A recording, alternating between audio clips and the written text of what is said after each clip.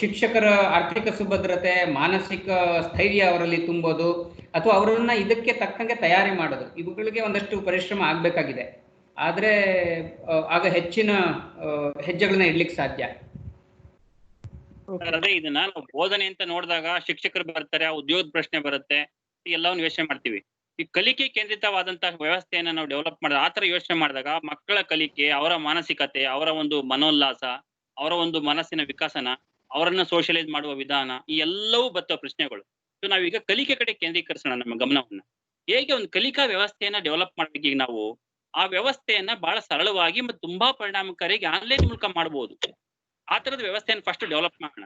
ಹಾಗೆ ಶಾಲೆಗಳನ್ನ ಕಲಿಕೆಗೆ ಪೂರಕವಾದ ಜಾಗಗಳನ್ನಾಗಿ ಬಳಸ್ಕೊಳ್ಳೋಣ. ಇನ್ನು ಮುಂದಕ್ಕೆ ಶಾಲೆಗಳು ಕಲಿಕೆಯ ಪೂರ್ಣ ಕೇಂದ್ರಗಳಲ್ಲ ಈಗ ಅವು. ಈಗೇನು ಕಲಿಕೆಯ ಪೂರಕ ಕೇಂದ್ರಗಳಷ್ಟೇ ಆಗ್ಬೇಕು ನಮ್ಗೆ ಅವು. ಆಮೇಲೆ ಮುಂದೆ ಬರ್ತಿರ್ತಕ್ಕಂಥ ಡಿಜಿಟಲ್ ರೆವಲ್ಯೂಷನ್ ನಮ್ ಯಾರ ಕೈಲೂ ತಡೆಯಕ್ ಸಾಧ್ಯ ಇಲ್ಲ. ಇದು ಡಿಜಿಟಲ್ ಫಸ್ಟ್ ಜನರೇಷನ್. ಇದು ಈಗ ಹುಟ್ಟಿರೋ ಮಕ್ಕಳು ಹುಟ್ಟಿದ ತಕ್ಷಣ ಮೊಬೈಲ್ ಇಟ್ಕೊಂಡಿದ್ದಾರೆ, ಅವ್ರು ಡಿಜಿಟಲ್ ಐಡೆಂಟಿಟಿ ಬಂದಿದೆ, ಆಧಾರ್ ಕಾರ್ಡ್ ತಗೊಂಡಿದ್ದಾರೆ, ಅವರು ಇನ್ನು ಸ್ಕೂಲಿಂಗ್ ಅಲ್ಲೇನೆ ಪ್ರೈಮರಿ ಸ್ಕೂಲಲ್ಲಿ ಅವ್ರಿಗಾಗಲೇ ಅಕೌಂಟ್ಸ್ ಓಪನ್ ಆಗಿದಾವೆ, ಬ್ಯಾಂಕ್ ಅಕೌಂಟ್ಗಳು. ಸೊ ಕಂಪ್ಲೀಟ್ ಡಿಜಿಟಲ್ ಜನರೇಷನ್ ಇದು. ಈ ಜನರೇಷನ್ ಅನ್ನು ತಡೆಯಕ್ ಸಾಧ್ಯ ಇಲ್ಲ. ಮತ್ತೆ ಮುಂದ್ ಬರ್ತಿರ್ತಕ್ಕಂಥ ಒಂದು ಸುನಾಮಿ ಇದೆಯಲ್ಲ, ಡಿಜಿಟಲ್ ಸುನಾಮಿ, ಯಾವ ಕಾರಣಕ್ಕೂ ಅದನ್ನ ತಡೆಯಕ್ ಸಾಧ್ಯ ಇಲ್ಲ ನಾವು. ಸೊ ನಮ್ಗೆ ಇರತಕ್ಕಂಥ ಒಂದು ಸಾಧ್ಯತೆ ಏನು ಅಂತ ಹೇಳಿದ್ರೆ, ಮಕ್ಕಳನ್ನ ಈ ಡಿಜಿಟಲ್ ರೆವಲ್ಯೂಷನ್ ಗೆ ಹೊಂದಿಸ್ತಾನೆ ಸೋಷಿಯಲೈಸ್ ಆಸ್ಪೆಕ್ಟ್ ಅನ್ನು ಉಳಿಸ್ಕೊಂಡು, ಅವ್ರಿಗೆ ವ್ಯಾಲ್ಯೂ ಸಿಸ್ಟಮ್ ಅನ್ನು ಉಳಿಸ್ಕೊಂಡು, ಈ ಎಲ್ಲಾನು ಒಂದು ಫ್ಯೂಷನ್ ತರದಲ್ಲಿ ಹೇಗೆ ಡೆವಲಪ್ ಮಾಡ್ಬೋದು ಅಂತ ಯೋಚನೆ ಮಾಡ್ಬೇಕು ಈಗ ನಾವು. ಯಾಕೆಂದ್ರೆ ಮಿಕ್ಸ್ ರಿಯಾಲಿಟಿ ಬರ್ತಾ ಇದೆ, ಆಗ್ಮೆಂಟೆಡ್ ರಿಯಾಲಿಟಿ ಬರ್ತಾ ಇದೆ. ಒಂದ್ ಹೆಡ್ ಸೆಟ್ ಅಲ್ಲಿ ನಿಮ್ಗೆ ಇಡೀ ಜಗತ್ತು ಕಣ್ಮುಂದೆ ಬಂದು ನಿಲ್ಲುವಂತ ಸ್ಥಿತಿ ಇರ್ಬೇಕಾದ್ರೆ ಮಕ್ಳಿಗೆ ಬೇಕಾದಂತಹ ಖುಷಿಯನ್ನ ಅಥವಾ ಎಂಟರ್ಟೈನ್ಮೆಂಟ್ ಅನ್ನ, ಮನೋವಿಕಾಸವನ್ನ ಎಲ್ಲವನ್ನೂ ಕೊಡಕ್ ಸಾಧ್ಯ ಇದೆ. ರಮೇಶ್ ಅವರೇ ನೀವು ಇದನ್ನ ನಗರಗಳಿಗೆ ಕೇಂದ್ರೀಕೃತವಾಗಿ ಮಾತಾಡ್ತಾ ಇದ್ದೀರಾ. ಬಟ್ 70ಕ್ಕೂ ಹೆಚ್ಚು ಪರ್ಸೆಂಟೇಜ್ ಮೀಡಿಯಂ ಕ್ಲಾಸ್ ಅಥವಾ ಹಳ್ಳಿಗಳೇನಿದ್ದಾವೆ, ಸೊ ಅವರಿಗೆ ಇದಾಗತ್ತಾ? ಹೋಗುತ್ತೆ. ನಾನು ಅದಕ್ಕೆ ಹೇಳ್ತಾ ಇರೋದು, ಬೇರೆ ಪೇರೆಂಟ್ಸ್ ಯೋಚನೆ ಮಾಡಿದ್ರೆ ನಗರ ಕೇಂದ್ರಿತ ಆಗುತ್ತೆ, ಸರ್ಕಾರ ಯೋಚನೆ ಮಾಡಿದ್ರೆ ರಾಜ್ಯ ಕೇಂದ್ರಿತ ಆಗುತ್ತೆ. ಸರ್ಕಾರ ಒಂದು ದೊಡ್ಡ ಸಿಸ್ಟಮ್, ಮ್ಯಾಸಿವ್ ಸಿಸ್ಟಮ್ ಅದು. ಅದಕ್ಕಿರೋ ರಿಸೋರ್ಸಸ್, ಅದಕ್ಕಿರೋಂತ ಒಂದು ಹಣಕಾಸಿನ ವ್ಯವಸ್ಥೆ, ಆ ಶಕ್ತಿಯಲ್ಲಿ ಎಲ್ಲವನ್ನೂ ವಿಸ್ತರಿಸ್ಕೋಬಹುದು. NGOಗಳನ್ನ ಇನ್ವಾಲ್ವ್ ಮಾಡ್ಕೊಳ್ಳಿ, ಟೆಕ್ನಾಲಜಿ ಜೇಂಟ್ ಕಂಪ್ನಿಗಳು ಇನ್ವಾಲ್ವ್ ಮಾಡ್ಕೊಳ್ಳಿ. ಎಷ್ಟು ದೊಡ್ಡ ದೊಡ್ಡ ಕಂಪ್ನಿಗಳು ಇವತ್ತು ತಮ್ಮ CSR ಫಂಡ್ ಅಲ್ಲಿ ದೊಡ್ಡ ದೊಡ್ಡ ಕೆಲಸ ಮಾಡಕ್ ಮುಂದೆ ಬಂದಿದಾವೆ. ಅಜಿಂ ಪ್ರೇಮ್ಜಿ ಫೌಂಡೇಶನ್ ಅಂತ ಜೊತೆಗೆ ಹಾಕೊಂಡ್ರೆ ನೀವು ಏನ್ ಇಡೀ ರಾಜ್ಯದ ಎಲ್ಲಾ ಮಕ್ಕಳಿಗೆ ಬಗ್ಗೆ ಹೆಡ್ಸೆಟ್ ಕೊಡಿಸ್ತಾರ ಅವರು. ಒಂದ್ ಹೆಡ್ಸೆಟ್ ಸಾಕು ಸರ್ ನಿಮ್ಗೆ, ಬೇರೆ ಏನು ಬೇಕಲ್ಲ. ನಿಮ್ಮ ನಗರದಲ್ಲಿ ಬೆಂಗಳೂರಲ್ಲ ಎಂಥ ಹೈ ಟೆಕ್ನಾಲಜಿ ಆನ್ಲೈನ್ ಎಜುಕೇಶನ್ ಅನ್ನ ಒಂದು ಹೆಡ್ಸೆಟ್ ಅಲ್ಲಿ ಕೊಡಿಸ್ಬೋದು ಇವತ್ತು, ಒಂದು MR ಗ್ಲಾಸ್ ಅಲ್ಲಿ ಅಥವಾ MR ಇದ್ರ ಹೆಡ್ಸೆಟ್ ಅಲ್ಲಿ. ಇಷ್ಟೆಲ್ಲ ಸಾಧ್ಯತೆ ಇರೋದ್ರಿಂದ ಮಕ್ಕಳಿಗೆ ಅಥವಾ ಹಳ್ಳಿಗೂ ಕೂಡ ನಾವು ಆನ್ಲೈನ್ ಎಜುಕೇಶನ್ ತಲುಪಿಸೋದು ಕಷ್ಟದ ಕೆಲಸ ಅಲ್ಲ, ಸರ್ಕಾರ ಮನಸ್ಸು ಮಾಡದ ಹೊರತು. ಸೊ ಹಂಗಾಗಿ ಇವಾಗ ಸರ್ಕಾರ ಏನ್ ಮಾಡ್ಬೇಕೆ, ಕಲಿಕೆ ಕೇಂದ್ರಿತವಾದಂತ ಒಂದು ಫ್ರೇಮ್ ವರ್ಕ್ ಡೆವಲಪ್ ಮಾಡ್ಬೇಕಾಗಿದೆ, ಹೊಸ ಫ್ರೇಮ್ ವರ್ಕ್. ಹೇಗೆ ಕಲಿಕೆ ಒಂದು ಲರ್ನಿಂಗ್ ಸೆಂಟ್ರಿಕ್ ಆಗಿರ್ಬೇಕು ನಮ್ಮ ಎಜುಕೇಶನ್ ಅಂತ ಹೊಸದಾಗಿ ನಮ್ಮ NEP ಅದನ್ನೇ ಹೇಳ್ತಾ ಇದೆ ಸರ್. ಇವಾಗ ಏನ್ ರಿಲೀಸ್ ಆಗಿದ್ರೆ ಡ್ರಾಫ್ಟ್ ಕಾಪಿ, ನೀವು ಅದನ್ನ ನೋಡಿ, ಎಲ್ಲವೂ ಇದೇ ಲರ್ನಿಂಗ್ ಬೇಸ್ಡ್ ಇರುವಂತದ್ದು. ಡಿಸೆಂಟ್ರಲೈಸ್ ಆಗ್ಬಿಟ್ಟಿದೆ ಎಜುಕೇಶನ್ ಇವತ್ತು. ಶಿಕ್ಷಣ ಸಂಸ್ಥೆಗಳ ಹತ್ರ ಆಗ್ಲಿ, ಸ್ಕೂಲ್ಗಳಲ್ಲಾಗಿ ಕಲಿಕೆ ಇಲ್ಲ ಇವತ್ತು. ಕಲಿಕೆ ಓಪನ್ ಗ್ರೌಂಡಿಗೆ ಬಂದ್ಬಿಟ್ಟಿದೆ. ಓಪನ್ ಗ್ರೌಂಡ್ ಅಂದ್ರೆ ಆನ್ಲೈನ್ ಆಗಿದೆ, ಯಾರು ಯಾವ್ದನ್ನ ಎಲ್ಲಿ ಬೇಕಾದ್ರೂ ಕಲಿಬಹುದು. ಈ ಸಾಧ್ಯತೆ ಇನ್ನು ಮುಂದಿನ 2-3 ವರ್ಷದಲ್ಲಿ ನೋಡ್ತೀವಿ ನಾವು.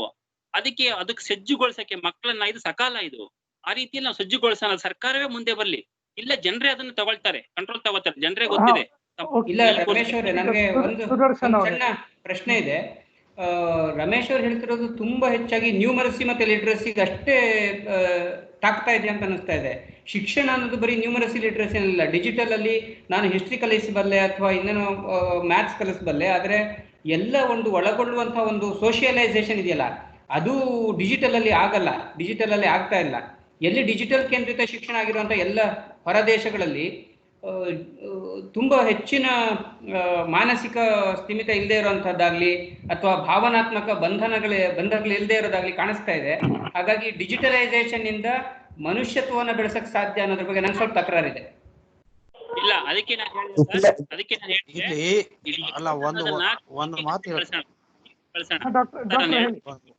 ಒಂದು ಮಾತು ನಾನು ಇಲ್ಲಿ ಹೇಳ್ತೀನಿ.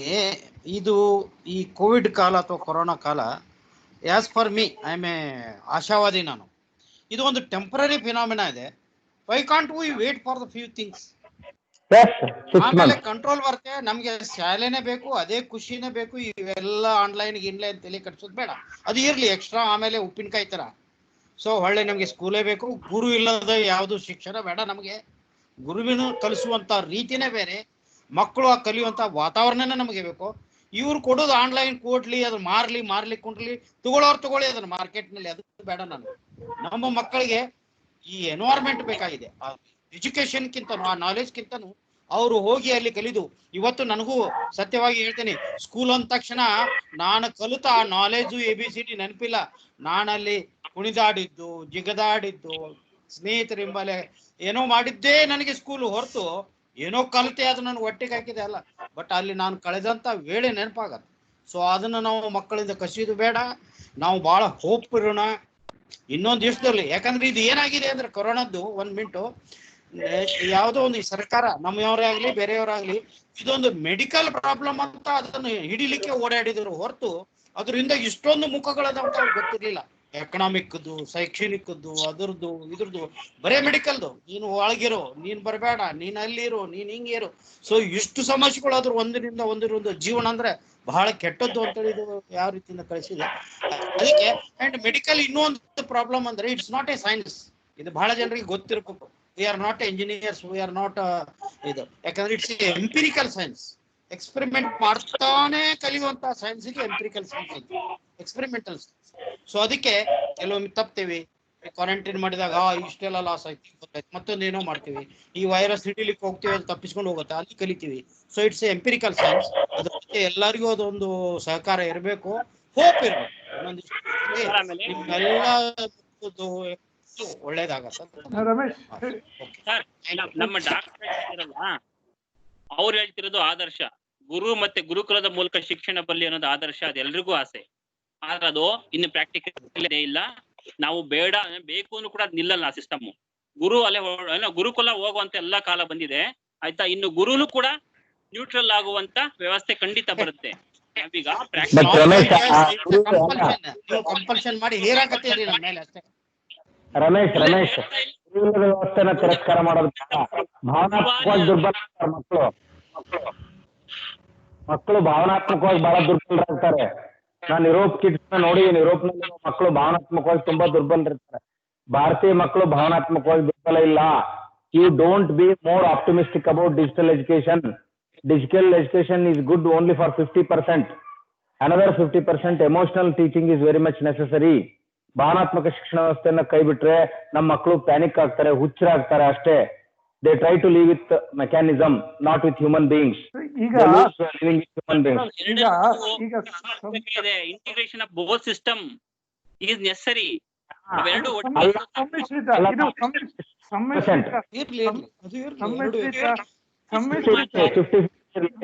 ಹೌದು.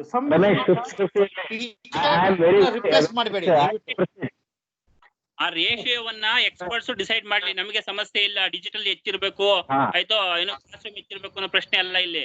ಎರಡನ್ನೂ ಬಳಸ್ಕೋಬೇಕಾದ್ ನಮ್ಮ ಅಗತ್ಯ. ಅದು ನಮ್ಮ ಮುಂದಿರ್ತಕ್ಕಂಥ ಸವಾಲು. ಹೇಗೆ ಬಳಸ್ಕೋಬೇಕು ನಾವು ಒಂದಷ್ಟು ಅದೇ ನಿಜ. ಈಗ ಸಮ್ಮಿಶ್ರಿತ ಎಜುಕೇಶನ್ ವ್ಯವಸ್ಥೆಯಲ್ಲಿ ಈಗ ಡಿಜಿಟಲ್ ರುಚಿ ಸಿಕ್ಬಿಟ್ಟಿದೆ.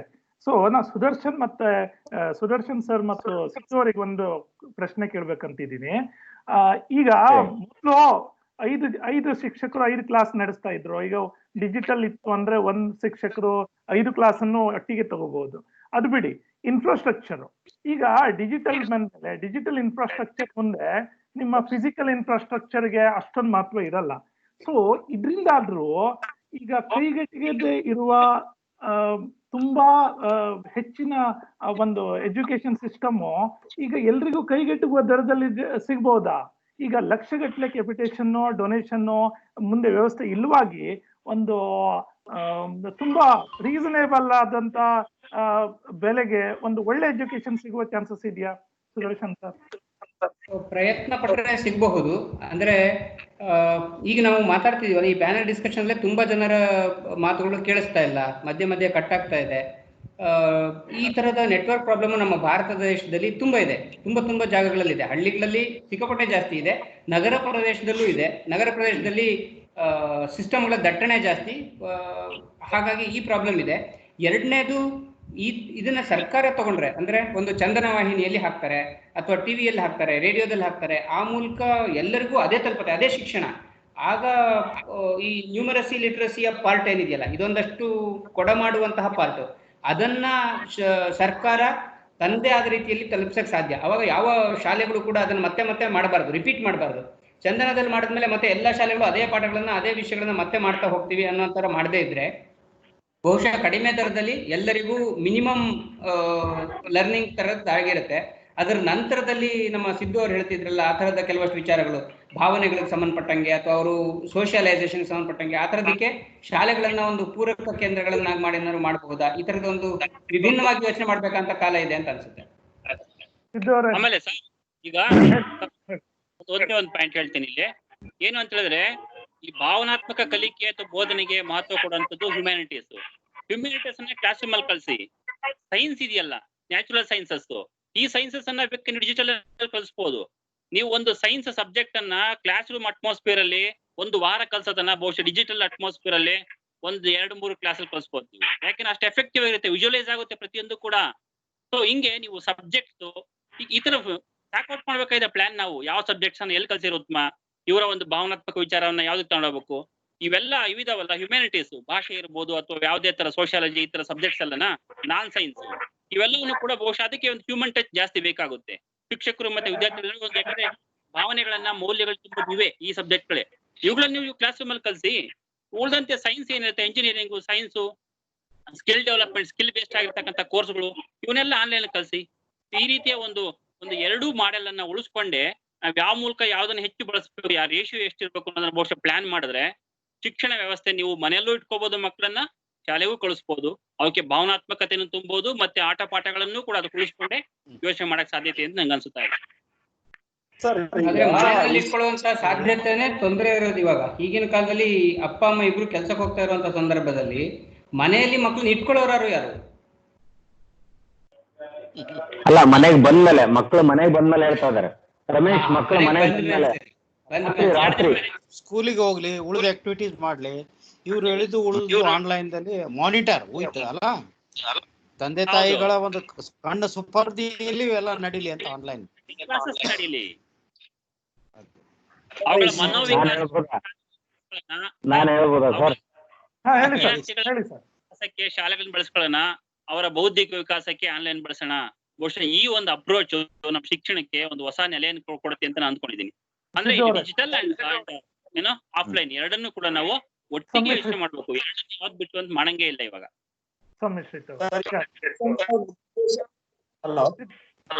ಹೇಳಿ ಸರ್, ಈಗ ಶಾಲೆ ನೀವ್ ಹೇಳಿದ್ರಿ ಬಡವರಿಗೆ ಕೈಗೆಟುಕೋದ್ರಲ್ಲಿ ಸಿಗ್ಬೋದನೋ ಅಂತ.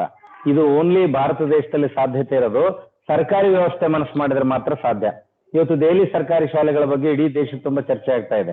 ದೆಹಲಿ ಮಾದರಿಯ ಸರ್ಕಾರಿ ಶಾಲೆಗಳು ನಮ್ಮ ರಾಜ್ಯದ ತುಂಬಾ, ದೇಶದ ತುಂಬಾ ಹೆಚ್ಚಾಗ್ಬೇಕು. ಅಲ್ಲಿ ಕೈಗೆಟುಕುವ ಪ್ರಶ್ನೆ ಇಲ್ಲ. ಆದ್ರೆ ಒಂದು ಸೂಕ್ಷ್ಮ ಹೇಳ್ತೀನಿ, ನಾವೆಲ್ಲ ಸುಮ್ಮನೆ ಇಲ್ಲಿ ಮಾತಾಡೋದು ಚಿಂತನೆ.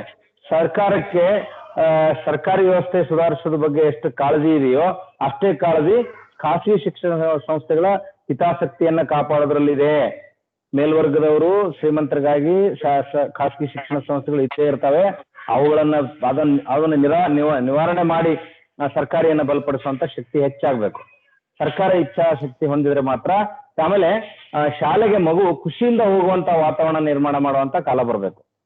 ಈಗ ಅದು ಏನು ಹೊರೆ ಇದೆಯಲ್ಲ, ಆ ಸಿಸ್ಟಮ್, ಲರ್ನಿಂಗ್ ಪ್ರಾಸೆಸ್, ಆ ಹೋಮ್ವರ್ಕ್ ಬರ್ಡನ್ನು, ಅದು ಎರಡೂ ಶಾಲೆಗಳಲ್ಲಿದೆ, ಸರ್ಕಾರಿಯಲ್ಲಿದೆ ಮತ್ತು ಖಾಸಗಿ ಶಾಲೆಗಳಲ್ಲಿದೆ. ಹಾಗಾಗಿ ನೀವು ಶಿಕ್ಷಣ ಹೊರೆ ಆಗ್ಲಾರ್ದಂಗೆ ಕೊಡೋಕಂತೂ ಸಾಧ್ಯನೇ ಇಲ್ಲ. ಸರ್ಕಾರನು ಕೊಡೋಕ್ ಸಾಧ್ಯ ಇಲ್ಲ, ಖಾಸಗಿ ವ್ಯವಸ್ಥೆನೂ ಸಾಧ್ಯ ಇಲ್ಲ. ಆದ್ರೆ ಹಿಡನ್ ಅಜೆಂಡಾ ಜಾಸ್ತಿ ಇದೆ ಶಿಕ್ಷಣ ಮತ್ತು ಆರೋಗ್ಯದಲ್ಲಿ. ಭಾರತ ದೇಶದಲ್ಲಿ ಬಹುಶಃ ಸುದರ್ಶನ್ ಅವ್ರಿಗೆ, ರಮೇಶ್ ಅವ್ರಿಗೆ ಗೊತ್ತಿದೆ, ಆ ಹಿಡನ್ ಅಜೆಂಡಾ ಹೋಗದ ಹೊರತು ಶಿಕ್ಷಣವನ್ನ ಮತ್ತು ಆ ಹೆಲ್ತ್ ಎಲ್ಲಿವರೆಗೂ ಸೋಷಿಯಲ್ ಸೆಕ್ಯೂರಿಟಿ ಆಗೋದಿಲ್ಲ, ನಮ್ಮಲ್ಲಿ ಜನಸಾಮಾನ್ಯರ ಎಕ್ಸ್ಪ್ಲೋಟೇಷನ್ ನಿಲ್ಲೋದಿಲ್ಲ. ಹಾಗೆ ಪ್ರತಿಯೊಬ್ಬ ಪಾಲಕರು ಹೋಗ್ಲಿ ಬಿಡಪ್ಪ ಹಾಳಾಗಿ ಇದನ್ನೆಲ್ಲ ನಾವಂತ ನಿಮಗೆ ಆಶ್ಚರ್ಯ ಹೇಳ್ತೀನಿ, ನಾವು ಸರ್ಕಾರಿ ಶಾಲೆಗಳಿಗೆ ಮಕ್ಕಳನ್ನ ಕಳ್ಸಕ್ ಮನಸ್ಸು ಮಾಡ್ತೀವಿ, ಬಡವರು ಯಾವತ್ತೂ ಮನಸ್ಸು ಮಾಡೋದಿಲ್ಲ.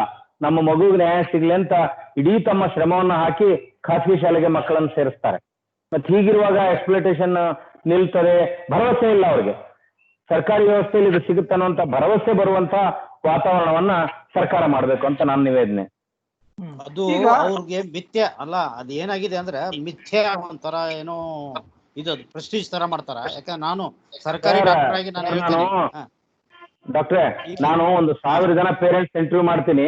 ಏನಾರ ಮಾಡಿ ನಿಮ್ಮ ಶಾಲೆಗೆ ಬೇಡ ಸರ್, ಸರ್ಕಾರಿ ಶಾಲೆಗೆ ಬೇಡ ಸರ್, ಪ್ರೈವೇಟ್ ಸ್ಕೂಲಿಗೆ ಸೀಟ್ ಕೊಡಿಸಿ ಅಂತ ಹೊರತಾಗಿ ಯಾರು ಸರ್ಕಾರಿ ಶಾಲೆ ಮೇಲೆ ವಿಶ್ವಾಸನೆ ಅಲ್ಲ ನಾನು ಸರ್ಕಾರಿ ವೈದ್ಯ ಒಂದ್ ಮಾತು ಹೇಳ್ತೀನಿ. ಅಲ್ಲ ನಮ್ಮಲ್ಲಿ ಶ್ರೀಮಂತರು ಬಂದು ಪಾಳೆ ಹಚ್ಚಿ ತೋರಿಸ್ಕೊಂಡು ಹೋಗ್ತಾರೆ, ಇವ್ರು ಬಡವರು ಖಾಸಗಿ ಡಾಕ್ಟರ್ ಹತ್ರ ದುಡ್ಡು ಕೊಟ್ಟು ತೋರಿಸ್ಕೊತಾರೆ.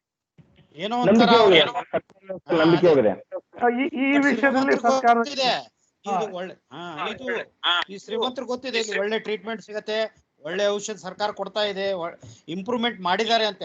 ಬಟ್ ಆ ಬಡವರು ಬರುದಲ್ಲ, ಯಾಕಂದ್ರೆ ಅವ್ರಿಗೆ ಅಲ್ಲಿ ಹೋದ್ರೆ ಏನು ಗತಿ ಇಲ್ಲ, ಅದಕ್ಕೆ ಅಲ್ಲಿ ಸರ್ಕಾರಿ ಹೋಗ್ಯಾರ ಅನ್ನೋದಿಂದ ಅದನ್ನ ತಪ್ಪಿಸ್ಕೊಳ್ಳಿಕ್ಕೆ ತಾವು ಖಾಸಗಿ ಕಡೆ ಹೈಲಿ ಮೆರಿಟೋರಿಯಸ್ ಟೀಚರ್ಸ್ ಸರ್ಕಾರಿ ಶಾಲೆಗಳು ಅಪಾಯಿಂಟ್ ಆಗ್ತಾರೆ. Highly qualified and educated teachers ಸರ್ಕಾರಿ ಶಾಲೆಗಳಲ್ಲಿ ಬಂದಿದ್ದಾರೆ. ಖಾಸಗಿ ಶಾಲೆಯಲ್ಲಿ ಎಲ್ಲೂ ಸಿಗ್ಲಾರ್ದವ್ರು ಬಂದಿದ್ದಾರೆ. But they are not understanding, they do not know the quality of education. They go to private schools and they are deceived. ಜನರಿಗೆ ಏನೋ ಅಂತಾರ. ಇದು ಒಳ್ಳೆ ಅಬ್ಸರ್ವೇಷನ್. ಬಹಳ ದೊಡ್ಡ ಭ್ರಮೆ ಇದೆ ಸರ್ ಅದು.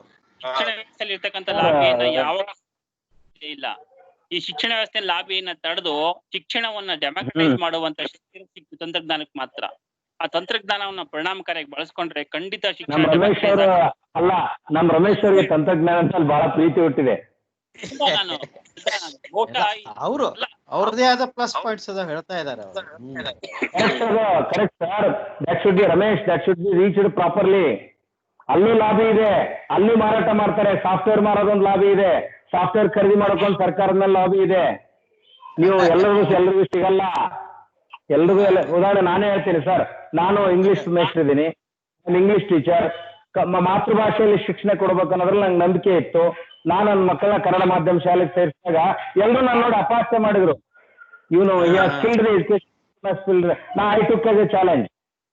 ಯಾಕಂದ್ರೆ ನನಗೆ ವಿಶ್ವಾಸ ಇತ್ತು, ಇಂಗ್ಲಿಷ್ ಶಾಲೆಗಳಿಗೆ ಹೋದ್ರೆ ಮಕ್ಕಳು ಜಾಣರಾಗ್ತಾರೆ ಅನ್ನೋದ್ರಲ್ಲಿ ನಂಗೆ ನಂಬಿಕೆ ಇರಲಿಲ್ಲ. ನಾನು ಸರ್ಕಾರಿ ಶಾಲೆಗಳಿಗೆ ಕಳಿಸ್ತೆ, ಕನ್ನಡ ಮಾಧ್ಯಮಕ್ಕೆ ಕಳಿಸ್ತೆ. ನೀವು ರಿಸ್ಕ್ ತೊಗೊಳ್ತೀರಿ, ನಾನು ಯಾಕೆ ತಗೊಂಡೆ ಅಂದ್ರೆ ನನಗೆ ರಿಸಲ್ಟ್ ಗೊತ್ತಿತ್ತು, ನನ್ನ ಹತ್ರ ಬರೋರು ಎಂತವ್ರು ಅಂತ. ಅಲ್ಲಿ ಇಂಗ್ಲಿಷ್ ಮೀಡಿಯಂ ಶಾಲೆ ಪ್ರಭಾವನ ನೋಡ್ಕೊಂಡಿದ್ದೆ. ಯಾಕಂದ್ರೆ ಇಂಗ್ಲಿಷ್ ಮೀಡಿಯಂ ಶಾಲೆಯಲ್ಲಿ, ಖಾಸಗಿ ಶಾಲೆಯಲ್ಲಿ ಎಷ್ಟೋ ಜನ ನನಗ್ ಪರಿಚಯ ಇರೋರಿಗೆ ಸರಿಯಾಗಿ ಇಂಗ್ಲಿಷ್ ಬರ್ತಿದ್ದಿಲ್ಲ. ಮತ್ ನಾನು ಕಳ್ಸೋದು ಹೇಗಲ್ಲಿ? As a English teacher, how can I tolerate it? How can I tolerate that artificial English? ಏನ್ ಹೇಳ್ತೀರಿ? ಇದು ಒಟ್ಟಾರೆ ಒಂದು ಮಾತು ಹೇಳಿಬಿಡ್ಲಿ ಕೊನೆಗೆ.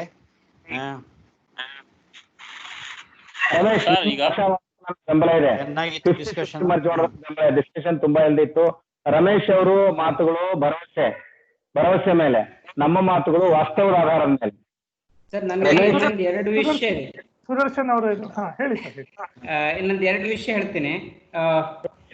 ಡಿಜಿಟಲ್ ಅನ್ನೋದು ಚೆನ್ನಾಗಿ ಆಗಬಹುದು ನಿಜ, ಆದ್ರೆ ನಮ್ಮ ಇಡೀ ವ್ಯವಸ್ಥೆ, ದೇಶದ ವ್ಯವಸ್ಥೆ ಎಷ್ಟು ವಿಭಿನ್ನವಾಗಿದೆ ಅಂದ್ರೆ, CBSE CCE ಅಂತ ಬಂತು ಒಂದ್ಸಲ, comprehensive and complete evaluation, comprehensive evaluation ಅಂತ ಹೇಳಿ, ಕಂಟಿನ್ಯೂಯೇಷನ್ ಕಾಂಪ್ರಹೆನ್ಸಿವ್ ಬಂದಾಗ ಅವರ ಸೋಷಿಯಲ್ ಸ್ಕಿಲ್ಸು, ಎಮೋಷನಲ್ ಸ್ಕಿಲ್ಸು, ಈ ತರದ್ದೆಲ್ಲ ಅಸೆಸ್ ಮಾಡ್ಬೇಕಿತ್ತು. ಒಂದು 60 ವಿಧಾನಗಳನ್ನ ಇಟ್ಟಿದ್ರು CBSE ಅವರು. ಎಲ್ಲ ಸಾಫ್ಟ್ವೇರ್ ಅವರು, ಡಿಜಿಟಲ್ ಅವರು ಬಂದ್ರು. ನಾನು ಒಂದು ಸಾಫ್ಟ್ವೇರ್ ಕೊಡ್ತೀನಿ, ಅವನ್ನ CC ಮಾಡ್ತೀನಿ ಅಂತ. ನಾನು ಆಸ್ ಎ ಪ್ರಿನ್ಸಿಪಲ್ ಕೇಳಿದೆ ಅವ್ರಿಗೆ, ಅಲ್ಲಪ್ಪ ನೀನ್ ಹೆಂಗ್ ಮಾಡ್ತೇನೆ, ನನ್ನ ಎದುರುಗಡೆ ಮಗು ಇದೆ, ನೀನ್ ಅವನನ್ನ ಹೆಂಗ್ ಅಸೆಸ್ ಮಾಡ್ತೀನಿ ಅಂತ. ನಾನು 4 ಪ್ರಶ್ನೆ ಕೇಳ್ತೇನ್ರಿ, ಅದ್ರ ಮೇಲೆ ಮಾಡ್ತೀನಿ ಅಂತ.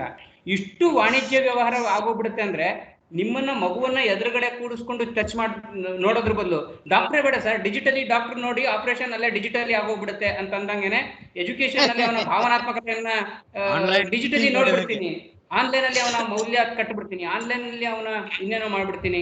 ನಮ್ಮ ಸರ್ಕಾರ ಮತ್ತು ಶಿಕ್ಷಣ ಎರಡೂ ತುಂಬಾ ಕರಪ್ಟ್ ಆಗಿದೆ ಅಂತ ಹೇಳೋದು ಸ್ವಲ್ಪ ನಿಜವಾದ ಮಾತು. ತುಂಬಾ ತಪ್ಪು ದಾರಿ ಎಳೆದ್ಬಿಟ್ಟಿದೆ. ಹಂಗಾಗಿ ಇದು ಡಿಜಿಟಲೈಸೇಷನ್ ಆದ್ರೂ ಕೂಡ ವ್ಯಾಪಾರೀಕರಣ ಆಗತ್ತೆ ಹೊರತು ಮಕ್ಕಳ ತನಕ ರೀಚ್ ಆಗತ್ತೆ ಅನ್ನೋದ್ರ ಬಗ್ಗೆ ನನಗೆ ಅನುಮಾನ, ತುಂಬಾ ದೊಡ್ಡ ಅನುಮಾನ. ತಲುಪಲ್ಲ, ಕಡಿಮೆ ಬೆಲೆಯಲ್ಲೂ ತಲುಪಲ್ಲ. ಸರ್ ರಮೇಶ್ ಅವರೇ, ಯುರೋಪ್ ನಲ್ಲಿ ಏನಿದೆ ಗೊತ್ತಾ? ಯಾವ evaluation of the student is decided by a counsellor of the school, not by parents, not by government, not by anybody else. ಯಾರು ಮಕ್ಕಳ ಜೊತೆ ಮುಖಾಮುಖಿಯಾಗಿ ಮಾತಾಡಿ ಸೆಲ್ಫ್ ಇವ್ಯಾಲ್ಯೂಯೇಷನ್ ಮಾಡಿರ್ತಾನೆ, ಅವನ ಅಭಿಪ್ರಾಯಕ್ಕೆ ಮನ್ನಣೆ ಇದೆ. ಬೇಕಾದ್ರೆ ಯುರೋಪ್ ನಲ್ಲಿ ಇರೋದು ಕೇಳಿ ನೀವು. ನಮ್ಮ ದೇಶದಲ್ಲಿ ಯಾವುದೋ ಒಂದು ರಿಸಲ್ಟ್ ಶೀಟ್ ಮೇಲಿದೆ. Result sheet will not decide the performance of a student. ಯಾವನೊಬ್ಬ ಆಪ್ತ ಸಮಾಲೋಚಕ ಇರ್ತಾನಲ್ಲ, ಅವನು ಮಾತ್ರ ವಿದ್ಯಾರ್ಥಿಯ ಪ್ರತಿಭೆಯನ್ನ ಗುರುತಿಸಬಲ್ಲ. ಅದು ಮಾನವ ಕೇಂದ್ರಿತ ವ್ಯವಸ್ಥೆ ಬರಬೇಕು. ಡಿಜಿಟಲ್ ಆಡ್ ಮಾಡ್ಲಿಕ್ಕೆ, ಸೇರಿಸ್ಲಿಕ್ಕೆ ಸುದರ್ಶನ್ ಅವ್ರು ಹೇಳಿದಾಗೆ ಅದೇ ಸಾಫ್ಟ್ವೇರ್ ಲಿಂದ ಅವನ ಮಗುವಿನಿಂದ ಮಾನಸಿಕ ಭದ್ರತೆ ಹೇಗಿದೆ, ನೀನು ತಂದೆ ತಾಯಿಯನ್ನು ಪ್ರೀತಿಸ್ತೀಯಾ, ಎಸ್ ಅಂತಾನ, ಅದ್ರ ರೇಷಿಯೋ ಕೊಡುತ್ತೆ. ಮಗು ನಿಜವಾಗ್ಲೂ ತಂದೆ ತಾಯಿಯನ್ನು ಪ್ರೀತಿಸ್ತಾ ಇದೆಯಾ, ಮಗುವಿಗೆ ನಿಜವಾಗ್ಲೂ ಭಾವನಾತ್ಮಕವಾದ ಅಗತ್ಯ ಇದೆ ಅನ್ನೋದನ್ನ ತಿಳ್ಕೊಳ್ಳೋನು ಒಬ್ಬ ಶಿಕ್ಷಕ.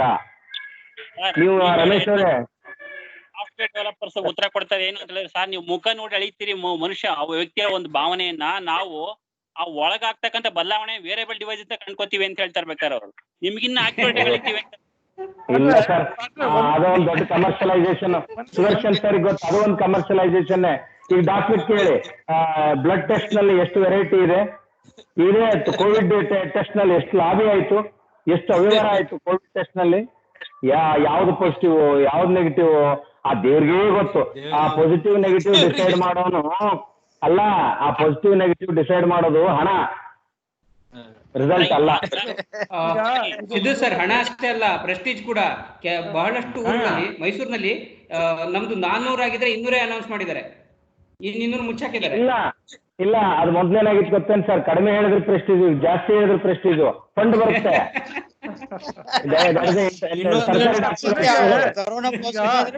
ಕೊನೆಗೆ ಬರೋದೇ ವ್ಯವಸ್ಥೆ ಮೇಲೆ, ಕೊನೆಗೆ ಬರೋದೇ ಸರ್. ಸುದರ್ಶನ್ ಅವರೇ, ಇಲ್ಲಿವರೆಗೂ ನಮ್ಮ ಭ್ರಷ್ಟತೆ ಶಿಕ್ಷಣ ಮತ್ತು ನಮ್ಮ ಭ್ರಷ್ಟತೆ ಹೋಗ್ಬೇಕಾಗಿದ್ದು 2 ಕ್ಷೇತ್ರಗಳಿಂದ, ಶಿಕ್ಷಣ ಮತ್ತು ಆರೋಗ್ಯದಿಂದ ನಾವು ಭ್ರಷ್ಟ ಮುಕ್ತರಾಗಬೇಕು. ಉಳಿದ್ರಲ್ಲಿ ಏನಾದ್ರು ತಿಂದ್ಕೊಂಡು ಹಾಳಾಗೋರು ನೀವು. ಇಲ್ಲಿರೋದು ಒಂದು ಮಾನವ ದೇಹ ಸಂಪತ್ತು, ಇನ್ನೊಂದು ಬುದ್ಧಿ ಸಂಪತ್ತು. ಸೋಷಿಯಲ್ ಸೆಕ್ಯೂರಿಟಿ ನಾನು ಮೊದಲಿಂದ ಪ್ರತಿಪಾದನೆ ಮಾಡ್ತೇನೆ, ಆರೋಗ್ಯ ಮತ್ತು ಶಿಕ್ಷಣ ಸರ್ಕಾರೀಕರಣ ಆಗ್ಬೇಕು. ನೋ ಪ್ರೈವೇಟೈಸೇಷನ್ ಅಂತ ಹೇಳಿ ನಾವು ಕೊನೆ ಘಟ್ಟಕ್ಕೆ ಬಂದಿದ್ದೀವಿ. ಕಂಟ್ರೋಲ್ ಮಾಡುತ್ತೆ. ನಾನು ಸ್ವಲ್ಪ ಡಾಕ್ಟರ್ ಸುದರ್ಶನ್ ಅವರೇ, ರಮೇಶ್ ಅವರೇ, ನಾನು ಆಂತರಿಕ ಸತ್ಯಗಳನ್ನ ಹೇಳಿದ್ದೇನೆ. ಯಾಕಂದ್ರೆ ನಾವೇ ಇದೀವಿ, it is all of the record and on the record both. ಇದು ನಾನು ಹೇಳಿದ್ರೆ ಮಂತ್ರಿಗಳು ಅಲ್ಲಗಳಿತಾರ ಗೊತ್ತಿದೆ. ಸುದರ್ಶನ್ ಅವ್ರು ಏನ್ರ ಅಲ್ಲಗಳಿತಾರ, ನಿಮ್ಮನ್ನ ಸಸ್ಪೆಂಡ್ ಮಾಡ್ತಾರ, ನನ್ ಸಸ್ಪೆಂಡ್ ಮಾಡ್ತಾರ, ಇಂಪಾಸಿಬಲ್. They cannot deny. ಇಂಥ ಸಾಫ್ಟ್ವೇರ್ ಪರ್ಚೇಸ್ ಮಾಡ್ರಿ ಅಂತ ಯಾಕೆ ಲೆಟರ್ ಕೊಡ್ತಾರೆ? ಕೊಡ್ಬಾರ್ದಲ್ಲ. Why they insist me to purchase the same digital system? ನನಗೆ ಗೊತ್ತಿಲ್ವಾ? ನಾನು ನಿರ್ಣಯ ಯಾರು ಕೊಡಲ್ಲ ನಿಮ್ಗೆ. The lobby is highly controlled in both these two systems, education and health. Covid ನಲ್ಲಿ ಲಾಭ ಲುಕ್ಷಾನಿ ಆಗಿದ್ದು ದೇಶಕ್ಕೆ, ಇಲಾಖೆಗಲ್ಲ, ಸರ್ಕಾರ ಲಾಭನೇ ಈಗ ಈಗ ಕೊನೆ ಘಟ್ಟಕ್ಕೆ ಬಂದಿದ್ದೀವಿ. ಸೊ ಕೊನೆಯದಾಗಿ ರಮೇಶ್ ಅವರೇ ಕನ್ಕ್ಲೂಷನ್. ನಾನ್ ಕನ್ಕ್ಲೂಡ್ ಮಾಡೋದಾದ್ರೆ ಇಷ್ಟೇ, ನಿಮ್ಮಲ್ಲಿ ಬಹುತೇಕರು ಶಾಲೆ ಬೇಡ ಅಂತ ಹೇಳ್ತಿದ್ರಿ. ಯಾಕೆ? ಅದು ಮಕ್ಕಳ ಆರೋಗ್ಯದ ದೃಷ್ಟಿಯಿಂದ, ಸುರಕ್ಷತೆ ದೃಷ್ಟಿಯಿಂದ. ಖಂಡಿತ ಅದ್ರ ಬಗ್ಗೆ ನಂಗೂ ಕಾಳಜಿ ಇದೆ. ಎರಡನೇದಾಗಿ, ಶಾಲೆ ಅನ್ನೋದು ಒಂದು ಶಾಲೆನೇ, ಅದೊಂದು ಕಲಿಕಾ ಕೇಂದ್ರ. ಅಲ್ಲೊಂದು ಏನೋ ಒಂದು ಎಮೋಷನಲ್ ಬಾಂಡೇಜ್ ಇರುತ್ತೆ, ಮಕ್ಕಳು ಒಂದು ಮನಸ್ಸಿನ ಒಂದು ವಿಕಸನ ಆಗುತ್ತೆ. ಆ ವಿಕಸನ ಕೇಂದ್ರ ಶಾಲೆ. ಅದನ್ನ ಒಪ್ಕೊಳ್ತಾನೆ, ಅದನ್ನ ಉಳ್ಕೋಬೇಕು ಅಂತಾನು ಹೇಳ್ತಿದ್ದೀನಿ ನಾನು.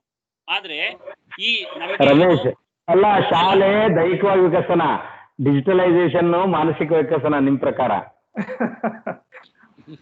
ಇಲ್ಲ, ಡಿಜಿಟಲೈಸೇಷನ್ ಬೌದ್ಧಿಕ ವಿಕಸನ, ನಿಮ್ಮ ಬುದ್ಧಿಯನ್ನು ಚುರುಕು ಮಾಡುತ್ತೆ, ವೇಗ.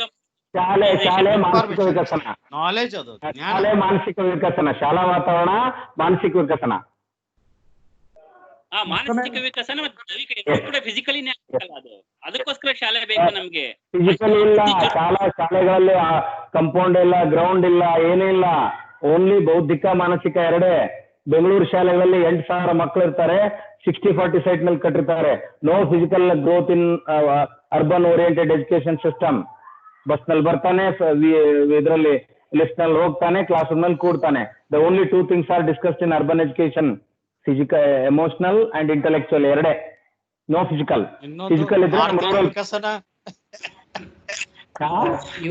ಇವತ್ತಿನ ಪರಿಸ್ಥಿತಿಯಲ್ಲಿ ಅವರಿಗೆ ಸರ್ಕಾರೀಕರಣ ಮಾಡಿದ್ರೆ ಬಹುಶಃ ತುಂಬಾ ಒಳ್ಳೆ ಅವಕಾಶ ಇದು. ಸರ್ಕಾರೀಕರಣ ಮಾಡ್ಲಿಕ್ಕೆ, ಇಡೀ ಶಿಕ್ಷಣವನ್ನ ಸರ್ಕಾರೀಕರಣ ಮಾಡೋದು. ಹೇಗೆ ಇಂದಿರಾ ಗಾಂಧಿ ಅವರು ಬ್ಯಾಂಕ್ಗಳನ್ನೆಲ್ಲ ನ್ಯಾಷನಲೈಸ್ ಮಾಡಿದ್ರಲ್ಲ, ಹಾಗೆ ಶಿಕ್ಷಣವನ್ನ ನ್ಯಾಷನಲೈಸ್ ಮಾಡಿ ಸರ್ಕಾರದ ಮೂಲಕನೇ ತಲುಪಿಸುವಂತ ವ್ಯವಸ್ಥೆ ಮಾಡಿ, ಮಧ್ಯದಲ್ಲಿ ಒಂದಷ್ಟು ಕೇಂದ್ರಗಳನ್ನ, ಹೇಗೆ ಶಾಲೆಗಳು ಬೇಕು, ಶಾಲೆಗಳು ಬೇಡ ಅಂತಲ್ಲ, ಆದ್ರೆ ಬೌದ್ಧಿಕ ವಿಷಯಗಳನ್ನ ಕಲಿಸ್ಲಿಕ್ಕೆ, ನ್ಯೂಮರಸಿ ಮತ್ತೆ ಲಿಟ್ರಸಿನ ಕಲಿಸ್ಲಿಕ್ಕೆ ಖಂಡಿತ ನ್ಯಾಷನಲೈಸೇಷನ್ ಮಾಡೋದಕ್ಕೆ ಇದು ಯೋಚಿಸಬೇಕಾದ. ಹೌದು, ಅಲ್ಲ, ಅನುದಾನಿತ ಮಾಡಿ, ಟೋಟಲ್ 12 ಬೇಡ. ಅನುದಾನಿತ ಶಾಲೆಗಳನ್ನು ಮಾಡಿ. ಈಗ ಇದು ಒಳ್ಳೆ ಅಬ್ಸರ್ವೇಷನ್ ಸುದರ್ಶನ್ ಅವ್ರು ಕೊಟ್ಟರು. ಬಟ್ ಈ NEP ಬಗ್ಗೆ ನಾವು ಸಪರೇಟ್ ಆಗಿ ಡಿಸ್ಕಷನ್ ಇಟ್ಕೊಂಡಿದ್ದೀವಿ. ಈಗ ಕೋವಿಡ್ಗೆ ಬರೋದಾದ್ರೆ ಈಗ ಕೊನೆ ಹಂತದಲ್ಲಿ, ಸೊ ಈಗ ನಾವು ಆದಷ್ಟು ಟೈಮ್ ನೋಡಿದ ಪ್ರಕಾರ ನಾವು ಕೊನೆ ಘಟ್ಟದಲ್ಲಿ ಇದ್ದೀವಿ. ಈಗ ಸರ್ಕಾರದ ಕೆಲಸ ತುಂಬಾ ಇದೆ ಅನ್ಸ್ತಾ ಇದೆ. ಈಗ ಎಲ್ಲಾ ರೀತಿಯ ಮಾಹಿತಿಗಳು ಅವರಿಗೆ ದೊರಕಿವೆ. ಅವರು ಅದರ ಪ್ರಕಾರ ಒಂದು ನೀತಿ ಸಂಹಿತೆಯನ್ನ ಮಾಡಿದ್ರೆ ಪಾಲಕರನ್ನ ಗಮನದಲ್ಲಿಟ್ಕೊಂಡು, ಶಿಕ್ಷಕರನ್ನ ಗಮನದಲ್ಲಿಟ್ಕೊಂಡು, ಈ ಮಾಧ್ಯಮವನ್ನ ಎಜುಕೇಶನ್ ಮಾಧ್ಯಮವನ್ನು ಗಮನದಲ್ಲಿಟ್ಕೊಂಡು, ಆಮೇಲೆ ಬೌದ್ಧಿಕ ಮತ್ತು ಮಾನಸಿಕವಾದ ಪರಿಣಾಮಗಳನ್ನು ಗಮನದಲ್ಲಿಟ್ಕೊಂಡು ಒಂದು ನೀತಿ ಸಂಹಿತೆಯನ್ನ ಜಾರಿ ಮಾಡಿದ್ರೆ ತಜ್ಞರೊಂದಿಗೆ ವಿಶ್ಲೇಷಣೆ ಮಾಡಿದ್ರೆ ಇದು ಎಲ್ರಿಗೂ ಅನುಕೂಲ ಆಗ್ಬಹುದು. ಆಮೇಲೆ ಹೆಚ್ಚಾಗಿ ನಿಮ್ಮ ಪ್ಯಾನೆಲ್ಗಳ ಪ್ರಕಾರ ಸ್ಕೂಲ್ಗೆ ಹೋಗದೆ ರಿಸ್ಕ್ ತಗೊಳ್ಳೋದು ಬೇಡ ಅನ್ನೋದೇ ಜಾಸ್ತಿ ಕಾಣಿಸ್ತಾ ಇದೆ ರಮೇಶ್ ಅವರೇ. ಸೊ ಆದ್ರೆ ಡಿಜಿಟಲ್ ಕೂಡ ಇದರ ಒಂದು ಇಂಪಾರ್ಟೆಂಟ್ ಒಂದು ಮಾಧ್ಯಮವಾಗಿ ಮುಂದೆ ರೂಪುಗೊಳ್ಳಲಿದೆ. ಮತ್ತೆ ಹೊಸ NEP ಬಂದಿದೆ. ನೀವು ಪ್ಯಾನೆಲ್ ಮತ್ತೆ ಇನ್ನೊಮ್ಮೆ ನಾವು ಮೀಟ್ ಆಗಿ NEP ಬಗ್ಗೆ, ಎಜುಕೇಶನ್ ವ್ಯವಸ್ಥೆ ಬಗ್ಗೆ, ಸರ್ಕಾರಿ ವ್ಯವಸ್ಥೆ ಬಗ್ಗೆ ಡೀಟೇಲ್ಡ್ ಆಗಿ ಡಿಸ್ಕಷನ್ ಮಾಡೋಣ. ಸೊ ಇವತ್ತಿಗೆ ನೀವೆಲ್ಲರೂ ಭಾಗವಹಿಸಿದಕ್ಕಾಗಿ ನಾನು ತುಂಬಾ ಧನ್ಯವಾದಗಳನ್ನ ಅರ್ಪಿಸ್ತಾ ಬಯಸ್ತೇನೆ. ಆಮೇಲೆ ರಮೇಶ್ ಅವರೇ, ಒಳ್ಳೆಯ ಸಬ್ಜೆಕ್ಟ್ ಅನ್ನ ನೀವು ಕೊಟ್ಟಕ್ಕಾಗಿ ನಾನು ನಿಮ್ಗೆ ಧನ್ಯವಾದಗಳನ್ನ ಅರ್ಪಿಸ್ತೇನೆ. ಆಮೇಲೆ ಸಿದ್ದು ಅವರೇ, ನಿಮ್ಮ ಒಳ್ಳೆಯ ನಿಮ್ಮ ಇನ್ಸೈಟ್ಗಳು ತುಂಬಾ ಸ್ಪೆಷಲ್ ಆಗಿರುತ್ತೆ, ಅದಕ್ಕಾಗಿ ನಿಮ್ಗೆ ಧನ್ಯವಾದಗಳು. ವೆಂಕಟೇಶ್ ಅವರೇ, ನಿಮ್ಮ ಎಲ್ಲ ಕರ್ತವ್ಯದ ಒಂದು ಪ್ರೆಷರ್ ಇದ್ರೂ ಸಹ ನಮ್ ಜೊತೆ ಬಂದಿದ್ದಕ್ಕೆ ತುಂಬಾ ಧನ್ಯವಾದಗಳು. ಆಮೇಲೆ ಡಾಕ್ಟ್ರೇ, ಎಲ್ರು ಯಾವ ಊರಲ್ಲಿ ಸಂಪಾದಕರೇ ಯಾರ್ಯಾರು ಎಲ್ಲೆಲ್ಲಿ ಇರ್ತಾರೆ ಗೊತ್ತಾಗ್ಲಿಲ್ಲ. ಡಾಕ್ಟ್ರು ಎಲ್ಲಿ ಸರ್ಕಾರಿ ಡಾಕ್ಟ್ರು ಗೊತ್ತಾಗ್ಲಿಲ್ಲ. ಸುದರ್ಶನ್ ಅವ್ರು ಎಲ್ಲಿ ಪ್ರಾಚಾರ್ಯ ಅಂತ ಗೊತ್ತಾಗ್ಲಿಲ್ಲ. ಹೌದು, ನಾವದನ್ನ ಬೇಕಂತಲೇ ಅದನ್ನ ಜಾಸ್ತಿ ಡಿಸ್ಕ್ರಿಪ್ಷನ್ ಕೊಟ್ಟಿಲ್ಲ. ಆದ್ರೆ ಈಗ ನೀವು ಕೇಳಿದಕ್ಕೆ ಅದಕ್ಕೆ ಉತ್ತರ ಕೊಟ್ಟೆ ಮುಗಿಸೋಣ.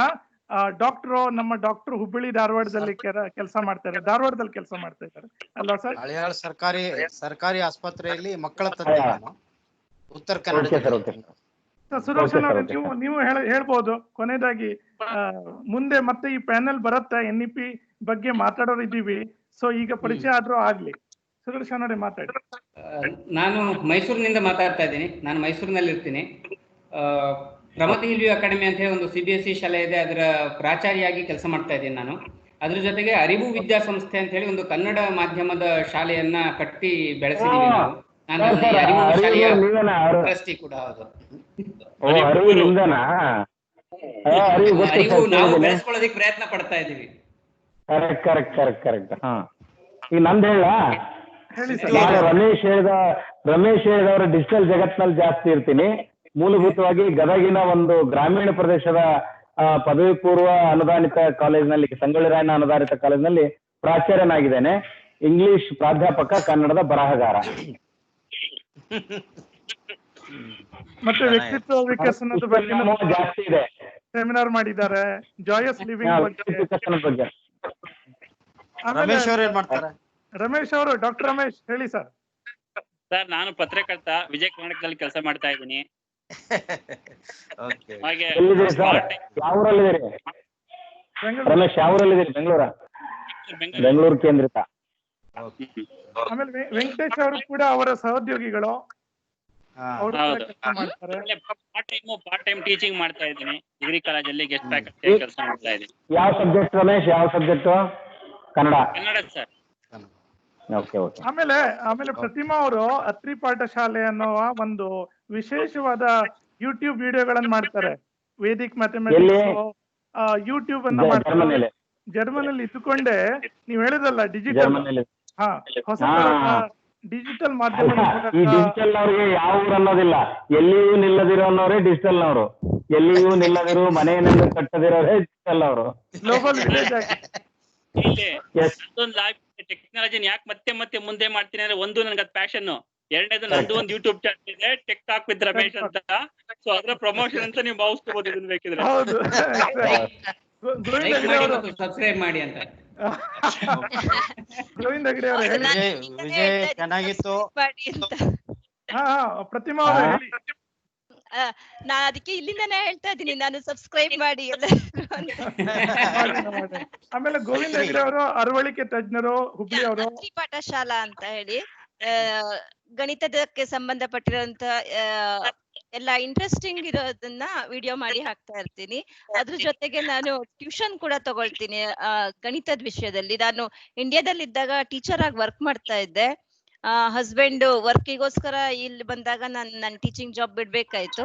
ಹಾಗಾಗಿ ನನ್ ಪ್ಯಾಷನ್ ಇದು, ಅದಕ್ಕೋಸ್ಕರ ಮಾಡ್ತಾ ಇದ್ದೀನಿ. ರಮೇಶ್ ಅವ್ರು ಹೇಳಿದಾಗೆ ಕ್ವಾಲಿಟಿ ಎಜುಕೇಶನ್ 4G ಇದ್ರೆ ಆಯ್ತು. ರಮೇಶ್ ಹೆಗಡೆ, ಸಾರಿ ಗೋವಿಂದ ಹೆಗಡೆ ಅವರು ಸರ್ ಹೇಳಿ ಸರ್. ನನ್ನ ಪರಿಚಯ ಆಯ್ತಲ್ಲ, ನಾನು ಹುಬ್ಬಳ್ಳಿನಲ್ಲಿ ಖಾಸಗಿಯಾಗಿ ಅರಿವಳಿಕೆ ತಜ್ಞಾಗಿ ಕೆಲಸ ಮಾಡ್ತೇನೆ. ಓದು ಬರ ಎಚ್ಚರಿಕೆಯಿಂದ ನೋಡ್ಕೊಳ್ಳಿ ಸರ್, ಎಚ್ಚರ ತಪ್ಪಿಸ್ಬೇಡಿ, ಎಚ್ಚರ ಬರೋ ಹಂಗ್ ನೋಡ್ಕೊಳ್ಳಿ. ಓಕೆ, ಈಗ ಎಲ್ರಿಗೂ ಧನ್ಯವಾದ ಹೇಳ್ತಾ ಮುಂದೆ NEP ನ್ಯಾಷನಲ್ ಎಜುಕೇಶನ್ ಪಾಲಿಸಿ ಬಗ್ಗೆನೂ ಈ ತರದ ಒಂದು ಪ್ಯಾನೆಲ್ ಡಿಸ್ಕಷನ್ ಇಡೋಣ. ಬಟ್ ನಿಮ್ಮೆಲ್ಲರ ಒಂದು ಭಾಗವಹಿಸೋದಕ್ಕಾಗಿ ನಾನು ಅನಂತ ಧನ್ಯವಾದಗಳನ್ನ ಅರ್ಪಿಸ್ತೇನೆ ಸರ್.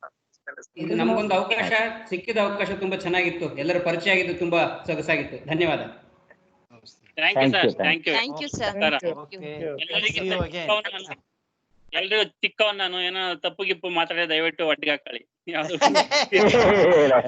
ಎಲ್ಲರಿಗಿಂತ ಚಿಕ್ಕವಳು ನಾನು ಅನ್ಸ್ತಾ ಇದೆ. ನಾನೇನಾದ್ರೂ ತಪ್ಪು ಮಾತಾಡಿದ್ರೆ ರಮೇಶ್ ಅವರೇ, ಮಹಿಳೆಯರು ಯಾವಾಗ್ಲೂ ಚಿಕ್ಕವರು. ರಮೇಶ್ ಅವರು